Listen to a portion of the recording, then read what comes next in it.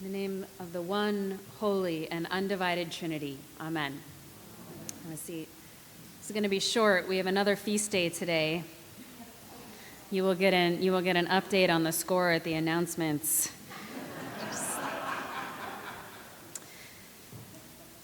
So it is the feast of Jesus' baptism today.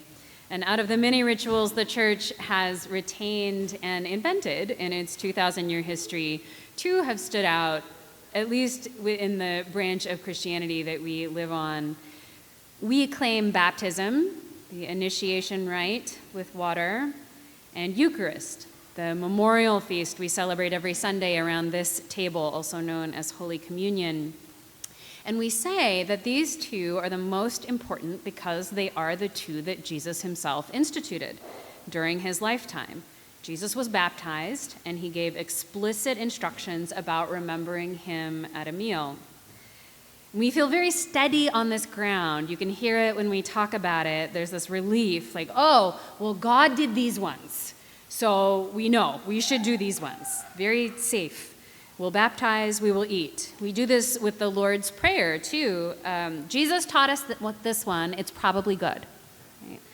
Very calming for those of us who worry perhaps too much about whether or not we're doing our faith right. But when we look a little closer at this one, it gets a little murkier, this one about baptism. Because Jesus didn't institute baptism. He received baptism. He didn't baptize anyone. There's no record of that. John baptized. John the Baptist, obviously. The disciples baptized. But Jesus didn't. If our argument is that we, as the church, baptize because Jesus did, then we're out of luck. That argument doesn't work. Our argument then has to become that we receive baptism because Jesus did. When the royal we of the church baptizes someone, we are not acting as Jesus. The person coming to be baptized is Jesus. The person coming under the hands of the church in the temporary shape of the priest or the bishop is the Christ we are welcoming. There's something compelling about that basic posture of receptivity in our God. We live in a do-something culture, full of bootstraps, all American. But taking Jesus seriously in this instance means being able to receive with dignity and grace.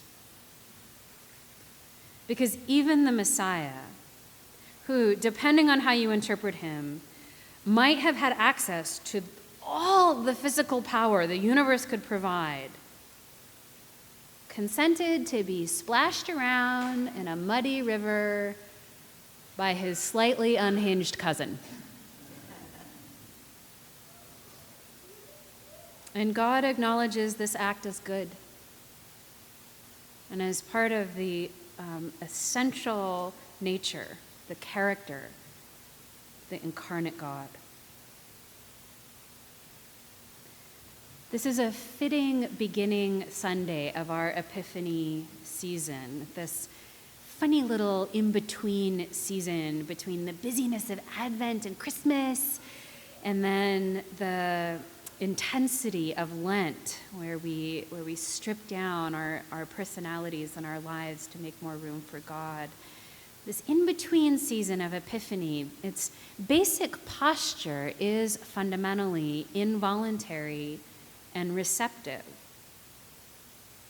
The events of the Epiphany, the ones that we will be celebrating the next 4 or 5 Sundays, are unexpected, unplanned for events. The teaser trailer for this season includes the wedding at Cana, where Jesus turns the water into wine only after being hectored by his mother. It's a manifestation of God that even Jesus didn't particularly want in the beginning. The announcement that Jesus was going to fulfill Isaiah's prophecy of release to the captives and freedom to all oppressed. News that we hear the following Sunday caused the religious folks of his hometown to chase him out and try to drive him over a cliff to his death. Again, unwanted and unsought revelation with unwanted and unsought consequences. And then finally, the transfiguration, a moment where there was an unexpected gift and presence of the ancestors. Even the way we speak about epiphanies acknowledges this involuntary nature. We get hit sometimes, right? Like, oh, I was supposed to marry you. Or, I hate my job. I want to do something else. I don't hate my job. I really love my job. But that is the sort of thing that just hits us sometimes, right? We have an epiphany. We try hard in our faith. We take on prayer practices and we go to conferences and we read books by respected authors. We try to turn our attention to God's action in the world. However, what Epiphany might be trying to remind us is that action in and of itself can carry the shadow consequence of prompting us to only see what we're trying to see about God, whether that read is overwhelmingly positive or negative. And it can throw a mist over our eyes when the activity of God is more ambivalent, harder to read, or less expected. If we have a relentlessly cheery, light-filled understanding of God, and there is no one on earth who is more aggressive than a Christian who is full of light, because they can't handle, they have a very low tolerance for questions or doubt or the reality of evil. If we're in that place, we miss the God that makes the oak trees writhe, the cedar breaker, the fire breather, the justice seeker, the vengeful. On the other side, if our God is restlessly seeking out people to punish and wrongdoing, and the world is just brimming with sin, we can miss completely the sweetness and simplicity of the invitation to new life and love through nothing more complex than water and some hands and some prayer. It's a shift from Advent and Christmas, where we were in December, where we knew week by week exactly what we were preparing for and which date it would come on. Week by week, our anticipation built, and then there was the beautiful triumph of the tiny baby that we celebrated on Christmas. And that is no less magnificent for its predictability.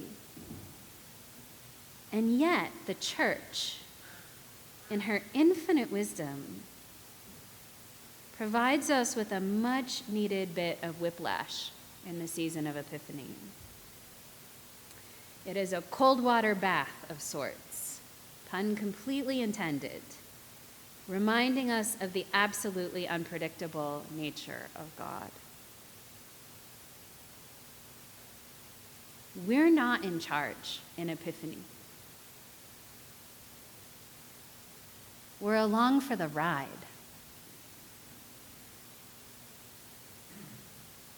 Can we let go?